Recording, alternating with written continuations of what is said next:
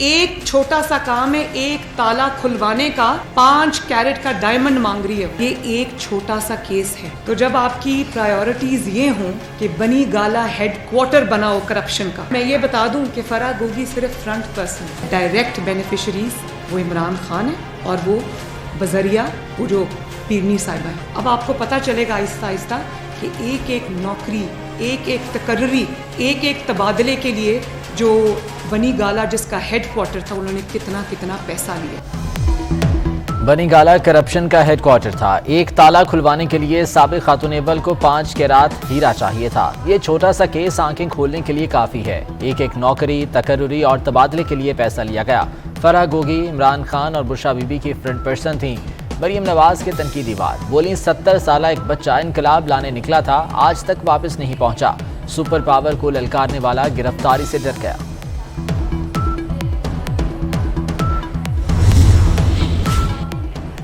دن میں کام نہیں ہوتا, رات میں آرام. بدترین لوڈ شیڈنگ نے زندگی اجیرن کر دی. ملک بھر میں بجلی کا شارٹ فال 8000 کے قریب ہو گیا. کراچی میں لوڈ شیڈنگ 15 گھنٹوں تک پہنچ گئی. لاہور میں غیر اعلانیہ لوڈ شیڈنگ کا دورانیہ 12 گھنٹے ریکارڈ. اسلام آباد, پشاور, کوئٹہ, گجرانوالہ کے شہریوں کا برا حال. دیہات میں بجلی آتی کم ہے, جاتی زیادہ ہے. کل سے انشاءاللہ وزیر اعظم صاحب نے جو آج فیصلے کیے ہیں اس کی روشنی میں کل سے انشاءاللہ لوڈ شیڈنگ 3.5 گھنٹے سے کم ہوگی. 16 جون سے انشاءاللہ اس کو 3 گھنٹے سے کم کر دیا جائے گا اور 30 جون سے انشاءاللہ یہ لوڈ شیڈنگ جو ہے یہ 2 گھنٹے سے بھی کم 1.5 گھنٹے کے لگ بھگ ہوگی. اور ہمیں امید ہے کہ جولائی میں ہم اسے مزید کم کرنے میں کامیاب ہوں گے. ایک اور وعدہ, کل سے لوڈ شیڈنگ کا دورانیہ 3.5 گھنٹے کرنے کا اعلان کر دیا. شاہد خاقان عباسی کہتے ہیں 16 جون سے لوڈ شیڈنگ 3 گھنٹے سے کم ہو جائے گی. جون کے آخر تک 2 گھنٹے پر آ جائے گی. لوڈ شیڈنگ پر عوام سے معذرت چاہتے ہیں. مزید کہا کہ پیٹرولیم مصنوعات قیمت خرید سے کم پر عوام کو دینا ہمارے لیے ممکن نہیں. وزیر اعظم نے 2 روز پہلے 2 گھنٹے لوڈ شیڈنگ کی ہدایت کی تھی.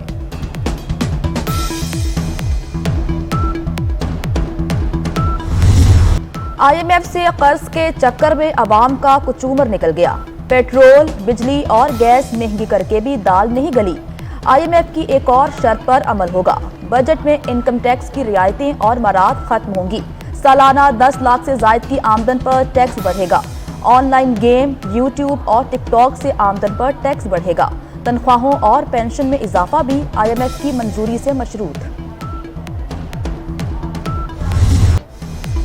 ڈالر کی پھر ڈبل سینچری. انٹر بینک میں 2 روپے 14 پیسے مہنگا ہو کر 200 روپے 6 پیسے کا ہو گیا. اوپن مارکیٹ میں ڈالر 2.5 روپے مہنگا 201 روپے کا ہو گیا. حکومت کے مجموعی قرضوں میں 18% اضافہ. وفاقی حکومت کے قرضے 43,704 ارب کی ریکارڈ سطح پر پہنچ گئے. سونا 2,800 روپے مہنگا 1,42,000 روپے تولہ ہو گیا.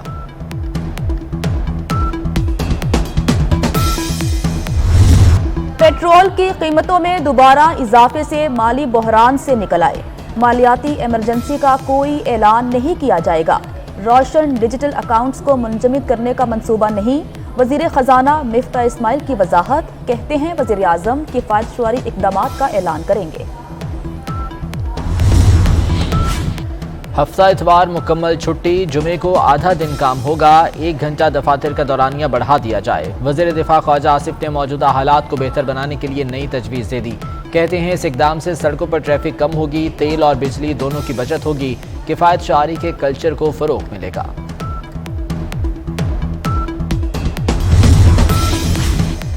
عمران خان کا فلیگ شپ پروجیکٹ نیب کے ریڈار پر. بلین ٹری سونامی منصوبے میں بدعنوانیاں سامنے آنے پر نیب کی تحقیقات شروع.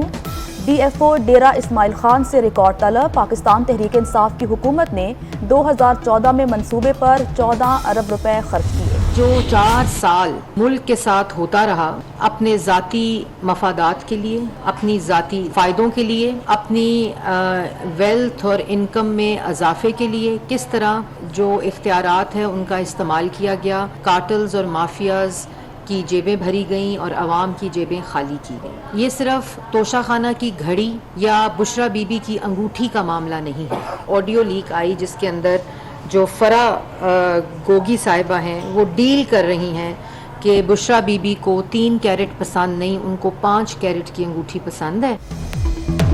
4 سال اپنی جیبیں بھر لیں لیکن عوام کی خالی کر دیں۔ بنی گالہ میں کرپشن عملیات ہوتی رہی۔ کرپشن کا کھرا عمران خان اور بشرا بی بی تک جاتا ہے۔ وزیر اطلاعات مریم اورنگزیب کی پریس کانفرنس، بولیں یہ خالی انگوٹھی اور گھڑی کا معاملہ نہیں۔ فرح گوگی نے ہر منصوبے، ڈیل اور ٹرانسفر سے پیسے بٹورے۔ انہوں نے ملکی مفاد کو انگوٹھیوں اور گھڑی کے بدلے بیچا۔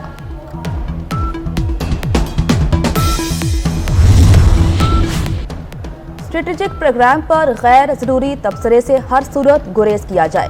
صرف نیشنل کمانڈ اتھارٹی ہی رد عمل دینے کی مجاز ہے۔ Chairman joint chiefs of staff committee general Nadeem Raza کا دو ٹوک موقف، کہتے ہیں جوہری پروگرام کو سب کی حمایت حاصل ہے۔ سول اور ملٹری قیادت اسٹریٹجک پروگرام کے ساتھ ہے۔ قومی سیکیورٹی ناقابل تقسیم ہے۔ نیوکلیئر پروگرام پر کوئی سمجھوتا نہیں ہوگا۔ عمران خان کے متنازع انٹرویو کے خلاف قومی اسمبلی میں مذمتی قرارداد منظور۔ سابق وزیر اعظم عمران خان کے بیان کی مذمت۔ قرارداد کے مطابق پاک فوج اپنی ذمہ داریاں آئین کے مطابق سر انجام دے رہی ہے۔ بی جے پی کی ترجمان کی گستاخی پر پاکستان کا شدید احتجاج۔ بھارتی ناظم الامور کی دفتر خارجہ میں طلبی، احتجاج ریکارڈ کرایا۔ قومی اسمبلی اور سینٹ میں گستاخانہ بیان کے خلاف قرارداد منظور۔ مودی حکومت سے ذمہ داروں کو سخت سزا دینے کا مطالبہ۔ جمعے کو بھارتی ہائی کمیشن جا کر احتجاج کا فیصلہ۔ بھارتی حکام کے گستاخانہ تبصروں پر پاک فوج کی مذمت۔ D G I S P R کا کہنا ہے یہ اشتعال انگیز عمل انتہائی تکلیف دہ ہے۔ یہ مسلمانوں کے خلاف شدید نفرت کا منہ بولتا ثبوت ہے۔ بھارت میں مسلمانوں اور اقلیتوں کے خلاف نفرت انگیز سلوک روا رکھا جا رہا ہے۔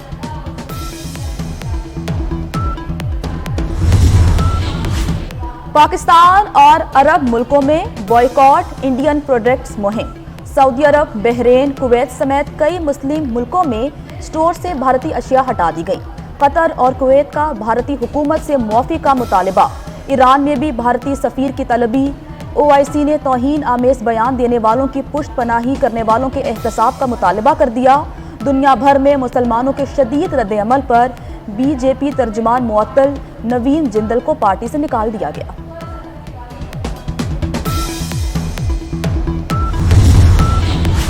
سندھ حکومت نے ایم کیو ایم کا بڑا مطالبہ مان لیا۔ ایم کیو ایم اراکین کی ترقیاتی اسکیمیں بجٹ میں شامل کرنے کا فیصلہ۔ اراکین کو ڈیولپمنٹ کمیٹی میں شامل کیا جائے گا۔ ایم کیو ایم نے بجٹ تجاویز دیے جانے کی تصدیق کر دی۔ اسپیکر قومی اسمبلی انتظار کرتے رہ گئے۔ تحریک انصاف کے ارکان استعفوں کی تصدیق کے لیے نہ پہنچے۔ تحریک انصاف کے ارکان کو اسپیکر کے پاس جانے سے روک دیا گیا۔ بابر ابان کا کہنا ہے کہ قاسم سوری استعفے منظور کر چکے ہیں۔ ارکان کو غیر قانونی نوٹس بھیجے گئے۔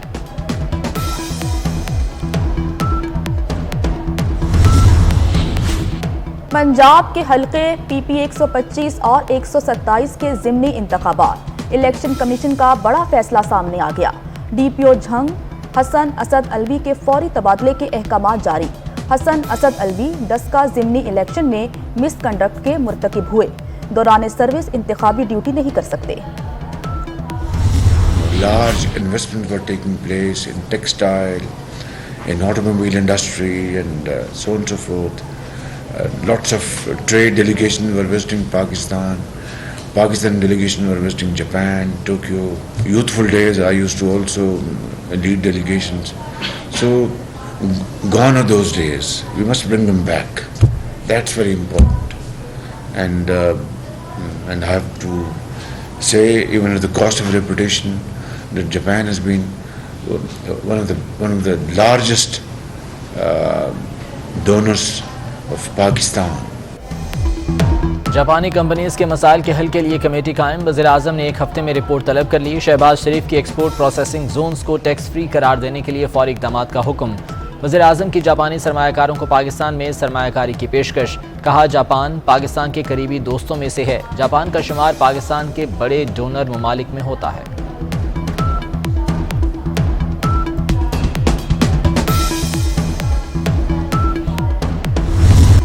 غریب کے لیے گھر بنانا خواب بن گیا۔ تعمیراتی سامان پہنچ سے دور۔ سیمنٹ، ریت، بجری کی قیمتوں میں اضافہ۔ سیمنٹ کی بوری 100 روپے بڑھ کر 1000 کی ملنے لگی۔